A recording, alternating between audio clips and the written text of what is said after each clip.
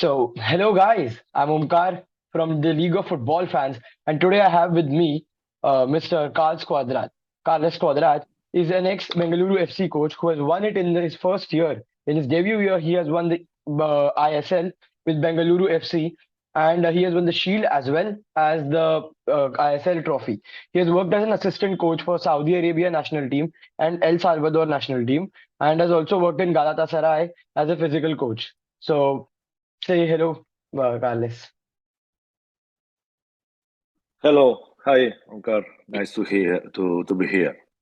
Yeah. First of all, it's a privilege to talk to you. It's really fun to talk to someone who has coached a team in the best league in India as of now, I'd like to say. So, first of all, how was your experience in the ISL and what can they learn from foreign leagues? Yeah, I think that Indian Super League is doing a great job to try to promote the football in India, and I think that we all can see the evolution of the competition from the first years until now. I think that there is a lot of work behind to to make teams to reach the Champions League ASEAN competition to be increasing the impact of the Indian football in Asia and to get better players to create that kind of fan base with new clubs and to really promote the football in the country. I think that it's a very interesting competition and that it's becoming successful year after year. What can they learn from the foreign leagues? Is what I'd like to ask. Yes. Like, Well, of course, existing for a long time all over the world, and there is competitions with a long uh, path behind. I mean, of course, in Europe we have very all competitions and with a lot of work for decades, And I think that India also have a long history in football with teams that have more than 100 years of history, but at the same time, because of the characteristics of the country, it has been difficult to promote a unique competition with a lot of teams. So I think that it's happening step by step, and we can see that really football is trying to reach another level in India, and I was very happy to be part of that mhm. momentum, trying to also give my knowledge to make the football uh, reach a better level in the country. So you were the head coach of Bengaluru FC, and do you feel that Bangalore is now a city booming with football? Because that is what I have noticed recently. That Bangalore is a city where football is just popping up in so many places, and people are playing it a lot now. Yeah, I think that the club has have a history of successful from the beginnings. In 2013, I think that the aim of Jindal family and all the people around was to build something that creates a new illusion in a town, and I think it has been happening. I saw the reaction of the people in Cantiriba in our games, and you really can see that it's a very supportive uh, group of supporters, and Hmm.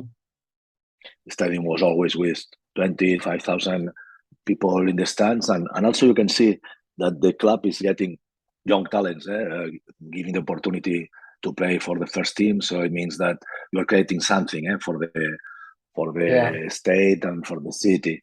And I think it's a very interesting project that starts just a few years ago, and it's creating a football a football passion community there. Yeah, being from Barcelona, you must be really happy to see an academy thrive in Bengaluru, right?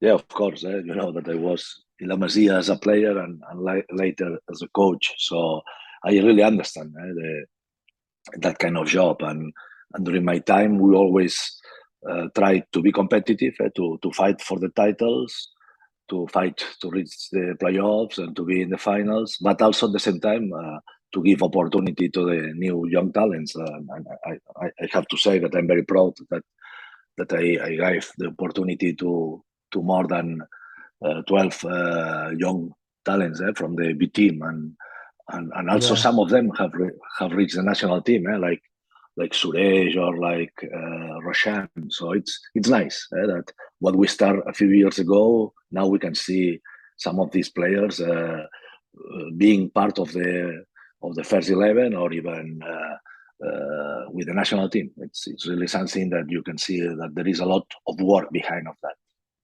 Yeah, they're really excellent players. Suresh Singh Wangjam, Navarem Roshan Singh, all of them are excellent players. But another stellar player from Bengaluru FC is Sunil Chhetri, who is like a god for Indian football fans. He's like our Messi. He's everything for us Indian football fans. So first of all, how was it training Sunil Chhetri? How is he like in training? Yeah, he's really a leader in the pitch and out of the pitch, and I think that the best thing that we can tell about Sunil is that he's that kind of player that he is keeping good performance for more than 15 years. It's already 20 years Hmm.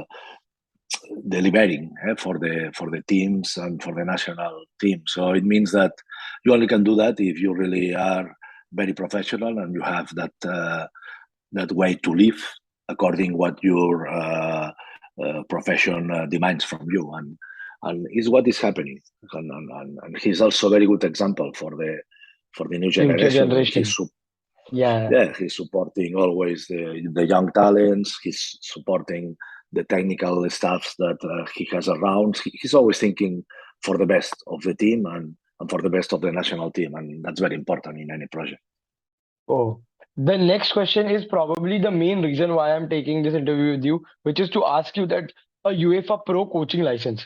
So first of all, how to get it, and if ordinary people want to pursue so, what is the pathway to it? What was your journey to getting it? Let's start from there. Well, it's a very demanding title, already all over the world, because it's the key to reach some kind of jobs. You are requesting to have that kind of title. So for me, it was very easy because when I was a football player, I have very clear in my mind that when I finish my career as a football player, I would like to keep working in football because it was my passion Mhm. from from when I was a kid. So it was like this. I study to be in university to be physical coach, and when you are studying to be physical coach, you also have to start your coaching career. I mean your coaching title. So it was what I was doing in the 90s. I was playing football, but at the same time I was studying to become physical coach and to become coach. So you have to in Europe you have to get 4 different titles before to reach the UEFA Pro license. And Mhm. my last title it was in 2015. So I got the UEFA Pro in 2015. So it means that I was studying to reach that title, that license for more than 15 years. So Oh. it takes a while. It takes a while. You have to do some courses for 1 year long. Then you have to get the first license. With that first license, you have to be making your practice with a youth. Use teams. Yeah, Uh, yeah, yeah. Mhm. your team, after that you get the first license after the practice, and then you can go for the second license. So it's the same for fourth license. So yeah, it takes some time, but of course you get a lot of knowledge, and you also keep practice with the kids during that time, and after that you keep practice with amateur teams, and after that with professional teams. So it's like everything in life. You have If you Mhm. have the dream, you have to work hard for that dream Yeah. to be reality. And keep on working hard for a long time to finally reach there. That's it. Yeah, so another question which I'd like to ask you, which would be my concluding question at least to you, is you've been to various football-loving Turkeys like, Barcelona. You've been, not countries, but Barcelona city, but you've been to Barcelona in Spain. You've been to Turkey. You've been to Greece. Which is your favorite footballing atmosphere, and which stadium did you love the most? Which I ask everyone else. I have to say that football passion is all over the world. I mean, I have been in a lot of different stadiums in very different countries, and you can see that it's really a game that wake up the passion of the people. Everybody becomes very supportive and very emotional around Hmm. around a club that people loves.